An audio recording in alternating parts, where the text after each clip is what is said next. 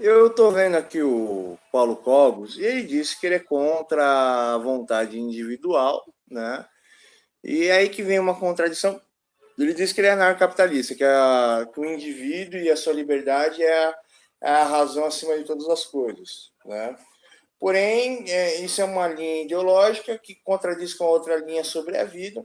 Ele disse aqui que um bebê, os pais não queriam dar transfusão de sangue, o juiz falou que deveria dar transfusão de sangue, senão o bebê poderia morrer, e ponto final, e houve a transfusão de sangue. Eu não sei se essa discussão levou a ciência de verdade a fazer aquele vídeo lá falando sobre uma garota de 19 anos de idade que não queria sangue, ela já é uma adulta, ou como posso dizer para você aqui? Ou Paulo Cogos inventou um factoide simplesmente para criar uma dramatização sobre a questão, né? Porém, os pais rejeitaram a transfusão de sangue, o juiz colocou, então os pais não têm culpa sobre a decisão em relação à fé deles. O Paulo Cogos aqui ele disse que ele é a favor como fala, da transfusão de sangue, a favor da Igreja Católica, mas ele não disse que ele nem é a favor nem do caminho de Deus, nem do conceito bíblico, e nem da Bíblia, nem do conhecimento de Deus ou da Bíblia. É muito fácil falar por homens, Igreja Católica, mas é muito difícil ver a Bíblia pelo lado profético, né? Até que o nome do meu canal é o Profeta da Destruição, né? Eu quero destruir essa visão materialista das pessoas, né? Porque as pessoas não conseguem ver nada além de coisas feitas pelo homem. E quem acredita pelo homem merece as coisas do homem, né? Eles não vê nada além do umbigo. São coisas de homem, né? São coisas desse mundo. E perante a Bíblia, Paulo Cogos, eu vou deixar aqui o pensamento aqui. Em primeiro lugar, o Deus do povo hebreu, que se tornou Deus do gentio, porque os gentios ou samaritanos foi o único povo que foi fiel até o último fim. Nem os levitas e nem os judeus e alguns restantes das outras tribos foram justos. Jesus Cristo não veio para os judeus nem para os levitas, veio para os escravos, né? E por causa dos escravos, eles foram o exemplo de Deus da misericórdia. Deus, os gibeonitas foram exemplo para Deus ter amor por toda a sorte de homens. Hoje aconteceu uma situação até negativa comigo. Sem querer, eu ralei um carro de um senhor. E aí eu tava com a minha glicemia baixa, eu tava cansado, eu tava movendo o processo contra meus haters, né? Que eles vivem indo longe demais, mas eu não. Eu permiti que eles fizessem tudo isso. Aí eu parei. Eu parei e aí como posso dizer para você aqui? Eu parei e aí o moço ele desceu do carro lá bravo, nervoso, queria discutir comigo, eu fui extremamente educado, não, realmente eu errei, eu arranhei o carro do senhor, eu tirei 2 milímetros de tinta do carro do moço, tirei 2 milímetros, né? Eu acho que não, vai ficar um machucadinho, mas não dá nem para ver, vai ficar uma pinta no carro, uma pinta metálica no carro. E ali não ia ficar muito tal. Eu falei, tô sem dinheiro e tal, e não sei o que. Ele falou que ia chamar a polícia, tudo bem, né? Sou uma pessoa decente, sou uma pessoa honesta. Ele pegou a placa da moto e foi embora, né? E aí eu fui lá, subi no tribunal. Ele ficou lá parado, depois ele deu a volta para o mesmo lugar. Ele descia, uma pessoa decente, Ele né? viu você entrando lá não. Eu falei para ele que eu ia entrar no tribunal e tal. E aí isso é pensar, o cara tomado pelo ódio não resolveu tomar nenhuma atitude ruim, mas o cara é brasileiro. O cara, eu tenho que olhar assim pro cara assim, né? E tem que fazer assim. Tudo bem, dá pra falar com ele. Tu é baixinho? A maioria do brasileiro de verdade. Não, mas o dono do carro é baixinho? 1,60 m, 1,65 m. Minha altura, eu tenho 1,63 m. Não fala a tua altura, porque a carne é a minha altura dele. Eles são doentes. Ou ele vai fazer um feitiço pra me abaixar? São doentes. E como posso dizer, acabou tudo bem. Se ele me processar e eu não queria nem ser processado, eu vou pagar porque eu cometi um erro com ele, né? E foi sem querer, mas foi um erro, né? Eu estou extremamente irritado com o que aconteceu comigo, né? Esses dias aí que tentaram me matar por causa de internet, né? Por causa de que eu sou a favor de que o Bulezão tenha liberdade de falar o que ele achar, que pensar dentro do canal dele, e querem me matar só porque eu sou a favor da liberdade da vida do indivíduo, né? E aí estava muito nervoso. Aí eu pensei assim, pô, para que eu vou dar asa ao nervoso, né? Isso me deixou estressado, chateado, me deixou com a minha mente aqui, tipo, de um psicopata, só pensando em maldade. Tava pensando em maldade, a maldade estava junto comigo, né?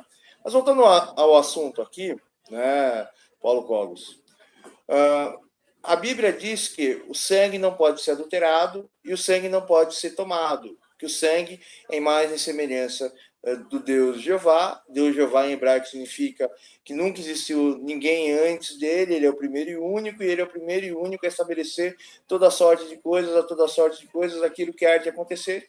Ele estabelece, por intermédio dele, esse sistema foi estabelecido, e por intermédio dele foi criada a coisa mais bela da criação. Então, nem o planeta Terra é o centro do universo, o ser humano é o centro do universo. Porque nós conseguimos ver as consequências das nossas atitudes. Até um animal, ele tem amor e ele age por amor.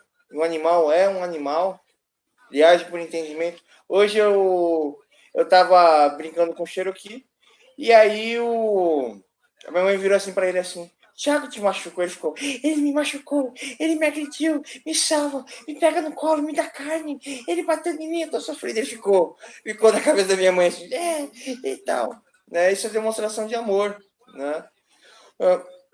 Aí voltando à questão aqui, né? O sangue é a única coisa que representa Deus aqui na Terra. E por isso o sangue é sagrado e o sangue é a vida, né? Mas também existe o outro motivo. O sangue ele é um órgão vivo, como eu vi o Ciência de Verdade falar. Ele é a vida. Sem o sangue, eu não tenho força para isso daqui. Eu não tenho, como fala, eu não tenho como demonstrar meu estado espiritual. O sangue é tudo. O sangue é uma coisa que está ligada com a carne, com o espírito e com a alma, e que faz eu estar aqui, ou você, qualquer ser humano, né? O sangue ele está diretamente relacionado com o fogo de vida, diretamente relacionado com a coisa mais bela da criação de Deus, né? Então o sangue ele não pode ser nem adulterado e nem tomado por essa razão.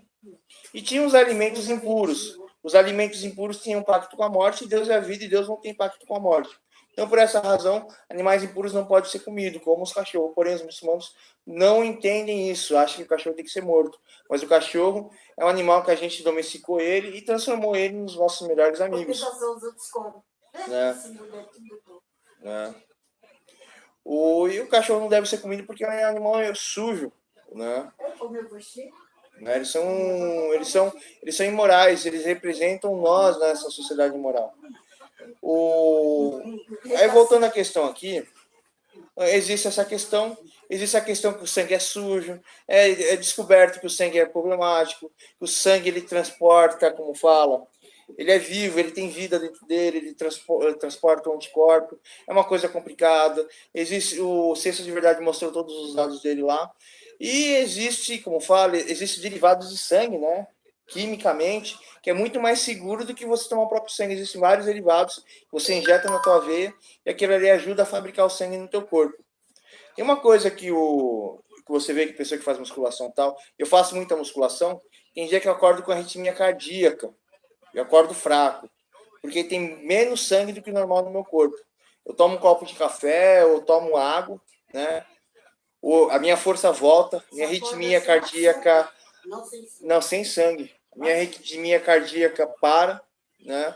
Porque a quantidade de sangue está um pouco abaixo do normal, né?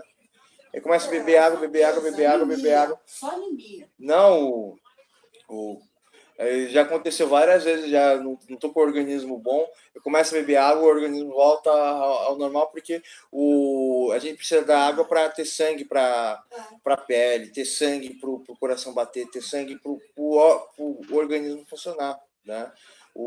A água ela ajuda a repor a construção química do nosso sangue, né?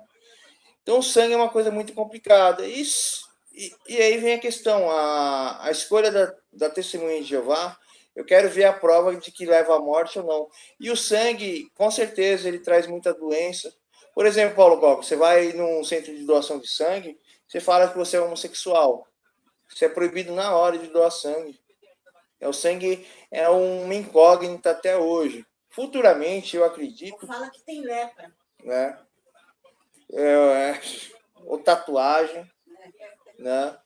Como fala, infelizmente a nossa tecnologia médica é um açougueiro. Eles fazem intervenção, retiram certas coisas, jogam drogas para combater outras coisas, eles tentam reconstruir alguma coisa, mas a nossa medicina não consegue reconstituir tecidos, pele, ossos, tecidos cerebrais, mas se a nossa tecnologia ela for para restituir essas coisas, a gente entraria em uma outra realidade. E a gente é extremamente primitivo, né? Porém, essa daqui é a minha opinião, essa daqui é a informação que eu tenho. Eu vi a informação do Paulo Cogos, primeira vez que eu vejo a informação do Paulo Cogos aqui, ele totalmente despreparado, porque ele é como fala, um cara que consegue construir muito a linha de narrativa do pensamento dele, né?